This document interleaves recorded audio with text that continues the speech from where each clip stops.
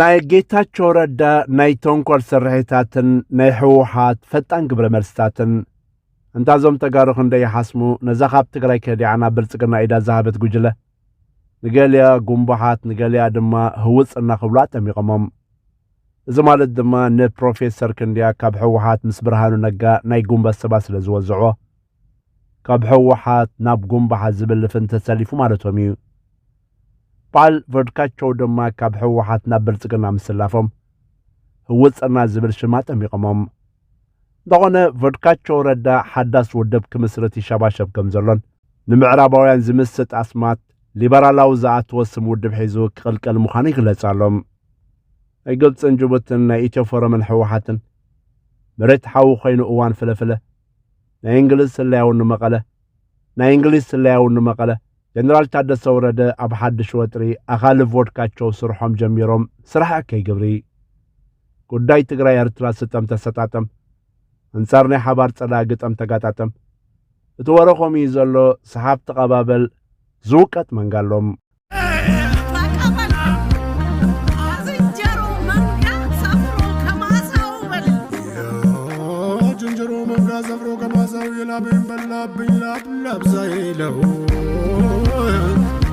ትማሊ ሓደገኛ ሽርሒ ናይ ኢትዮ ፎረም ኣቕሪብና ልኩም ነርና እኖ ሕወሓት ኣብ ታሪኹ እቲ ዝቐልጠፈ ክበሃል ዝከኣል መልሲ ተግባር ኣንጻር ኢትዮ ፎረምን ለኣኽቱን መልሲ ሂቦም ኣለዉ ንኢትዮ ፎረም ሕወሓት ጥራይ ኣይኮኑን ተሪር መልሲ ተግባር ዝሃብዎም ብርክት ዝበሉ ካብ ተኸታተልቲ እውን እዚ ልኽብጥ ናይ ኮኔልካ ብትእዛዝ ጌታቸው ተገብረ ውዲት እዩ ናይ ጻድቃን ኣጀንዳይ ብወግዒ ኣንጻር ሕወሓት ብምስላፍ ምጻድቃንን ጌታቸውን ከም ተሰለፍካ ዘረጋግጽ ኣብልስ ምዃኑ ብተዘዋዋሪ ንኣብ ዘጠቅም ፕሮፓጋንዳ ይኽብሉ ብዙሓት ተኸታተልቱ ብትሪ ክቃወሞ ተራዮም ከም ንከታተሎ ዘለና ቮድካቸው ጥዕኑ ጽቡቕ የለን ደረጁ እናንቆልቆለን ኣብ ዝለዓለ ተስፋ ምቑራጥ ብምኻዱ ተላዕለ ኣብ ገጻት ፌስቡክ ንበዓል ፈትለ ወርቅ ብዝወረደ ቃላት ክጻረፍ ይተራዩ ከም መቐጸልታ ናይቲ ዘይወዳእ እኮ ዕማም ኣለኒ ኣነን ኣብን ኮይና ነቲ ንሰርሖ ስራሕ ዝርዝር ማለት ጆብ ዲስክሪፕሽን ከነውፅኢና ካብ ዝብል ንዳሓር ነቶም ከም ኣኻልብ ዝጥቀመሎም ዝነበረ ደቀቕቲ ውድባት ንጀነራል ታደሰ ወረደ ምምሕዳር ንምዕንቃፍ ጸወጡ ክፈጥሩሉ ይረኣዩ ኣለዉ ብዘይካዚ ናይ እንግሊዝ ኣምባሳደር እውን ናብ መቐለ ብምኻድ ከምዚ ኣብ ስእሊ ትሪእዎ ንሰላማዊ ተልእኾ ንመቐለ ገሹ ነይሩ እንታይ ክገብር ከይዱ ኣብ ጥቆፎ ናይ ቮድካቸው ስራዕ እዩ ቮድካቸው ኣማኻሪ ናይ ምብራቕ ኣፍሪቃ ኣብ ዝብል በዓቲ እቲ ቀንዲ ዕላምኡ ንሕወሓትን ነቶም ክቐትሉና ሓሲቦም ኢሉ ዝኸሶም ናይ ትግራይ ናይ ጸጥታ ሓይሊ ምዃኑ ብንጹር ወፍሪ ጀሚርዎሎም ብፍላይ እዛ ናይ ትማሊ ናይ ኢትዮ ፎረም ንምግምማዕ ናይ ሕወሓትን ናይ ጸጥታ ሓይሉን ዘተኮረን ዳርጋ ናይ ኢድኩም ሃቡ ወይ ድማ ከቢድ ውግእ ክኸፍተልኩም እዩ ዝዓይነቱ ናይ በዓል ጀነራል ጻድቃን መልእኽቲ ዘመሓላለፈቶ ኢትዮ ፎረም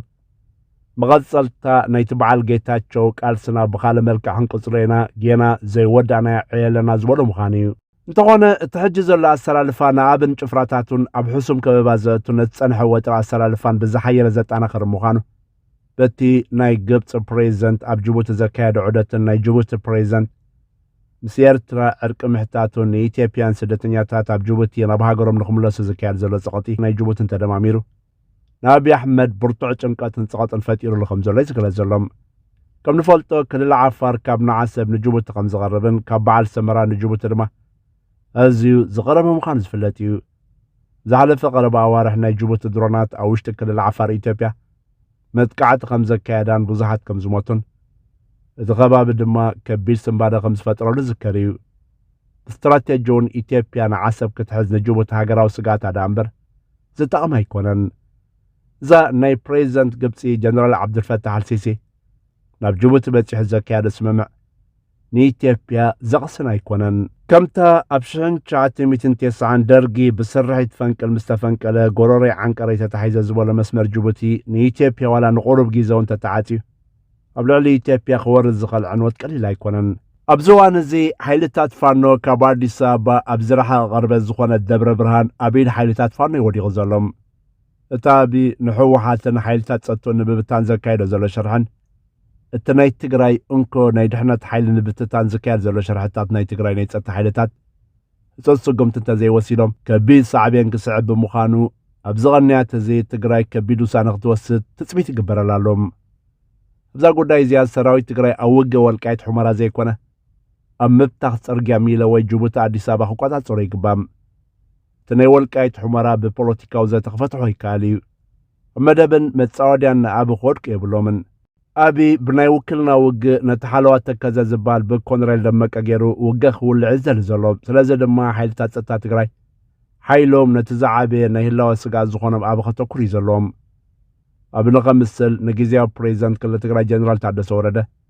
ዝሕግዝ መሲሉ ይቐርብ። በቲ ካልእ ድማ እቲ ኣማኻርያ ኢሉ ዝበሎ ጌታቸው ረዳ ንምምሕዳር ትግራይ መሓውራትን ከኣኑ ይቃለስ ኣሎም። ኣብዚ ናይ ጂኦፖለቲክስ ኣስተላልፋ ኣቢ ንኤርትራ ክወርር ምዃኑ ብተደጋጋምን ብወግዕን ስለ ዝኣወጀ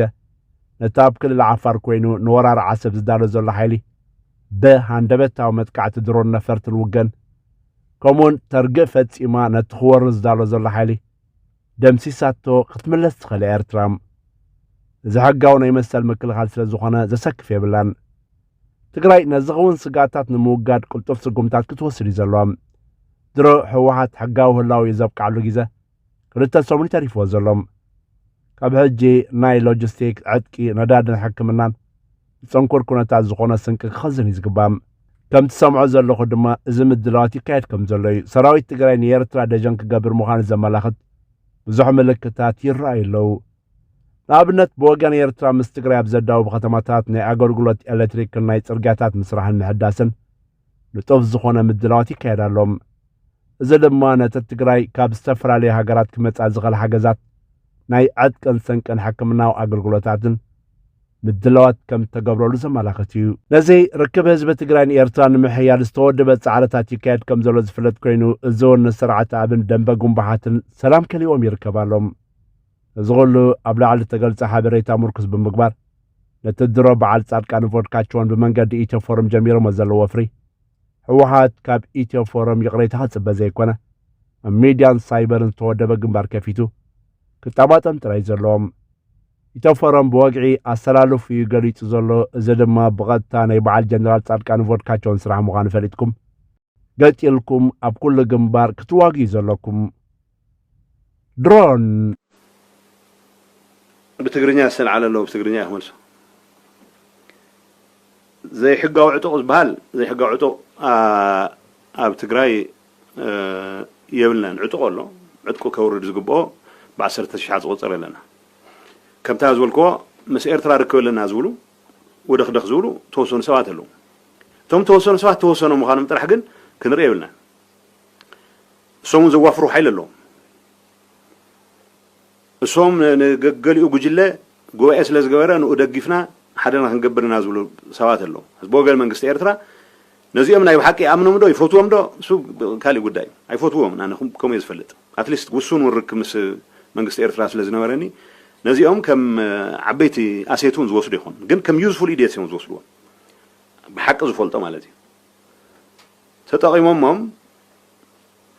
كم مسار حط قام لهم زلوا فلت حرت جرحه تدقاقمو محق إز مسلكا وقرو مس حونا حزب إيرترا خوينا مالت حد نقري أحواتون سلزغنا مس من قست إيرترا زبهالجن وي كتتعرق لك زت فوق طفات قبل خلله حكي إذا أون كي تجارت ودخله قالوا حزب تاباتات قوتات أبزي خوينا هنواجع أقل زول التقرأي ناي مواجع ميدا خبر زقوايسه تحلف الناس ودلي سوزي ناي مبزحتي ناي سرايت حلافي شجرونه يهونن لعلوت از سرايت كله مبزح ما مزاتو يهون ابزاتو توسنوا له بوليتيكال مرحتي ناي كلهم ولا ناي تحمق بجله كلهم هنا يكونوا اذي انفلونس لنا زبلكن ابز ودخ زي اتو نهزب تግራይ كم طلع مصاوت زوسد حيل جنلو ذكليري እዚ ሽርክናዚ ልዕሊ ኩሉ ክንቃለሱ ዝግበአና ትግራይ ደጊማ ናይ ኩናት ዓውድ ክትኸውን ስለ ዘገድድ እዩ ብወገን መንግስቲ ኤርትራውን ዓሰብ ከንሒዝና ገለገለ ዝበሃል ዘረባታት ይስማዕ ኣሎ ስለዚ ቁሩ ፈንተቲልና ኣብ ትግራይ ኮይናቱ ኩናት ንግበር እምበር ናባና ክሳብ ዝመፁ ኣይንጽበኒ ስለዚ they don't care ብዛዕባ ትግራይ تتخيلوا طيت محزل مزحلكم تزيخونتم بوتاتا تدفئ بيلها تمكتوا له هنا تفتر نازي ذا الساتح ناي ورق نقد مبر ناي سرق مبر ناي سبات زوور ترف مبر خالي نجر زيري كن عطقات كوافر زخل وسن حيل وسن بوليتيكيا وسن ناي سراويت حلافي تبلكت مبزحتيو ابزو قداي زي اياتون كاتون دليتي ولا زي مالت كن توسن سبات زساورو حوي ملا حزب صحنو ስለዚህ ዞ ግምት እቲኻ ተናይ መጀመርና ስራሕና ክኾን ዝግባእ ምስ ዓለምስ ምስ ፌደራል መንግስትስ ምስ ኩሉ ናይ ህዝቢ ትግራይ ሰላም ዝደልስ ኮይና እዚ ጉዳይ እዚ ከይፍጠር ክንሰርሕ ንኽእል ኣለና